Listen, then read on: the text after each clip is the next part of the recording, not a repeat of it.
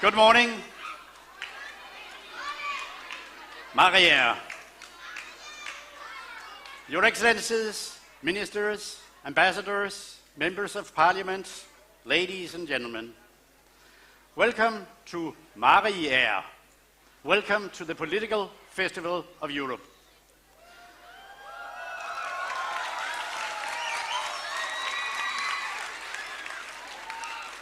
On behalf of the organizers, it's my pleasure and honor to host the opening ceremony of the festival, the first of its kind ever. During the next 4 days, more than 300 activities will take place in this charming, beautiful city of Maria. Speakers, spectators, and performers from a whopping 30 countries are going to join us.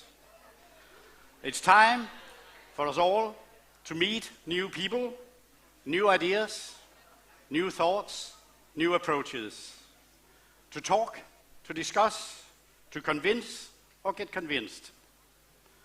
To mind and to change minds. To make friends across divides, nations and borders, while listening to nice music and excellent performing arts. It's time to make things matter, and to make things that matter together, because participation and interaction is what democracy is all about. We have opened the town of Maria for Europe, to shorten mental and political distances and to stand together on common issues and shared values. For the opening of the festival, we're going to hear from the Foreign Minister of the Royal Kingdom of Denmark, the EU Commissioner and Executive Vice President for a Europe Fit for the Digital Age, and the Mayor of Maria Fjord Municipality. But first of all, it's my great pleasure to introduce to you a truly inspirational person who, at least for a Danish audience, needs no further introduction. Give a warm welcome to the Chairman of the Board of the Political Festival of Europe, Miss Stine Bosse. Please, Stine.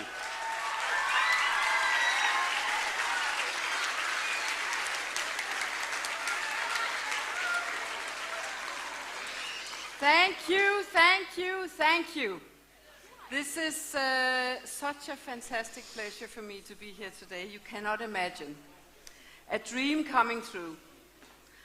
First of all, I want to make sure that I really thank all the people who have made this possible.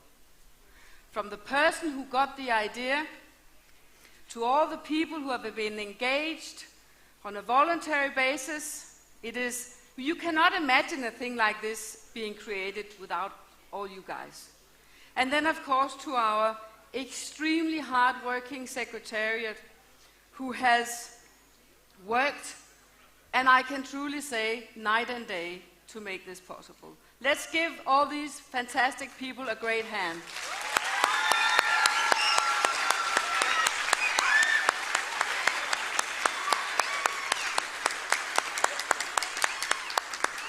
So, as we all realize, in many ways the world today has changed.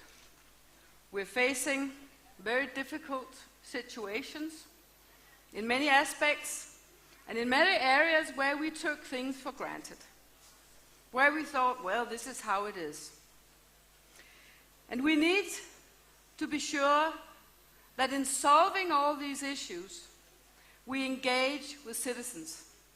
And especially you guys, all you young guys, all you kids around, who actually will inherit in not too long what we are establishing.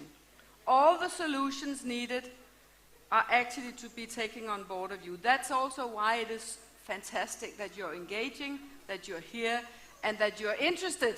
Thank you so much for that. Let's give all the young people a hand.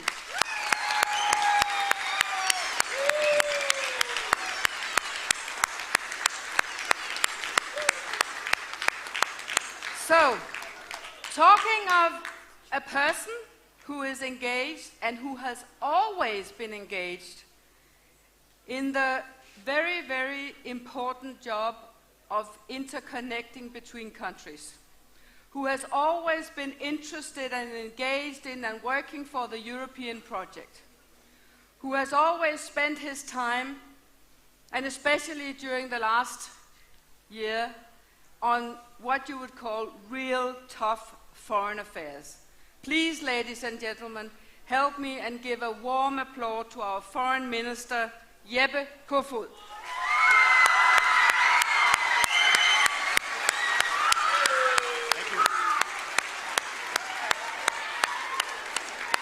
Well, thank you so much, Stine. And how wonderful it is to see you all here. And good morning, everyone. It's so fantastic to see you here in these fantastic surroundings in Mariager.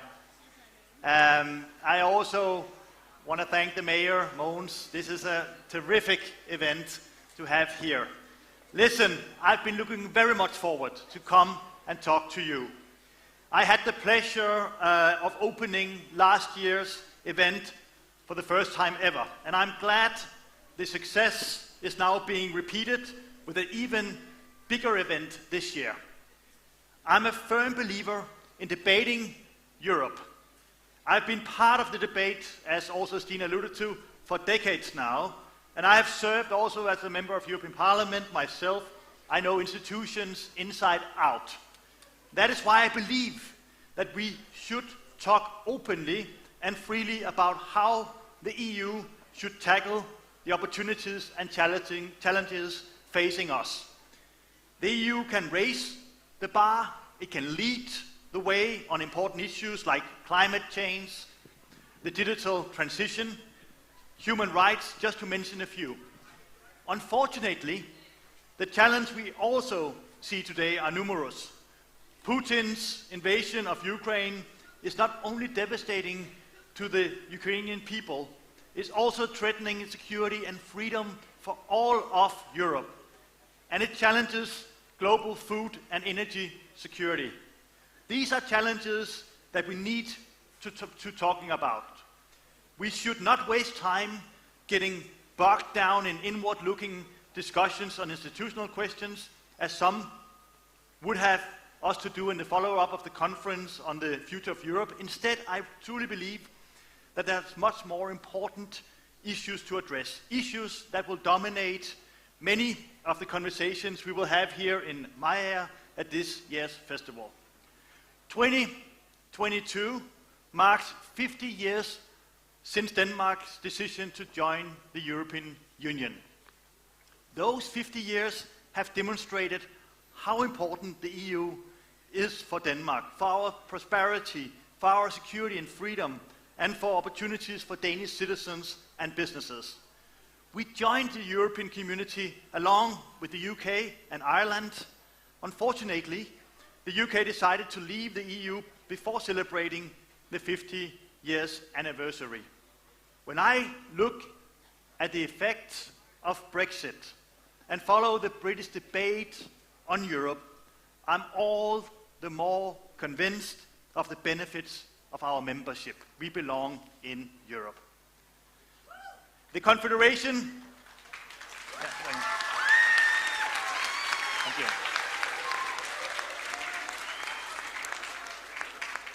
We have a good illustration of that. The Confederation of Danish Industries has estimated that more than 500,000 Danish jobs are linked, for example, to the export to the EU single market.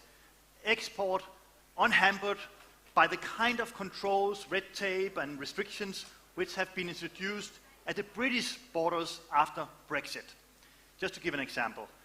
2022 has also been a dramatic year for our European continent. It is painful clear to all of us that the context of this year's festival is completely different from last year.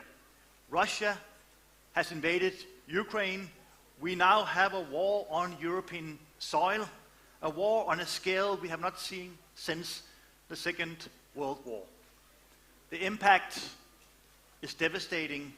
Civilians, including women and children, are brutally murdered as Russians is trying to suppress a free people. And I've witnessed this myself. I've been to Ukraine several times, also after the war started. I've seen in Irpin, outside Kiev, how Russian military has destroyed houses, hospitals, schools, talked to people that lost everything, and seeing the brutality of this illegal, unnecessary war. So it remains absolutely vital to maintain robust economic